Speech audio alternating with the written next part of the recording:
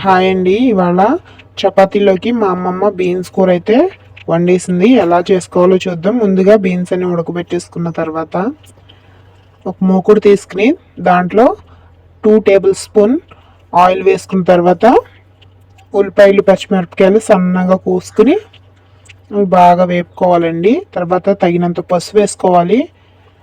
అవి ఉల్లిపాయలకి పట్టేలాగా మనం బాగా వేపుకోవాలి పసుపు అంతాని.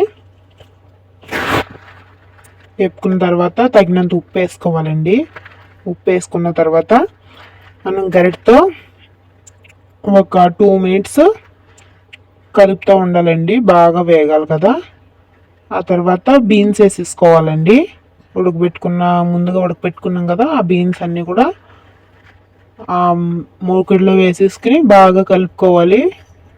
3 మినిట్స్ అయితే కలిపేసుకోవాలి బాగా.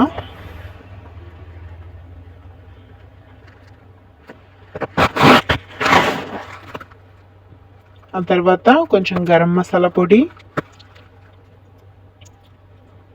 1 టేబుల్ స్పూన్ కారం.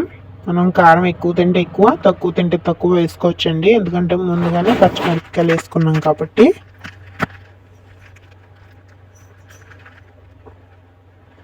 బాగా కూడా గరిటతో అటు ఇటు మళ్ళీ ఒక 2 మినిట్స్ మనం వేపేసుకోవాలి. వేపుకున్న తర్వాత మనం ఒక కప్పుతో అయితే 1 టీ కప్పుతో నీళ్ళు పోసేసుకోవాలండి. నీళ్ళు పోసేసుకుని మూత పెట్టేసుకోవాలి.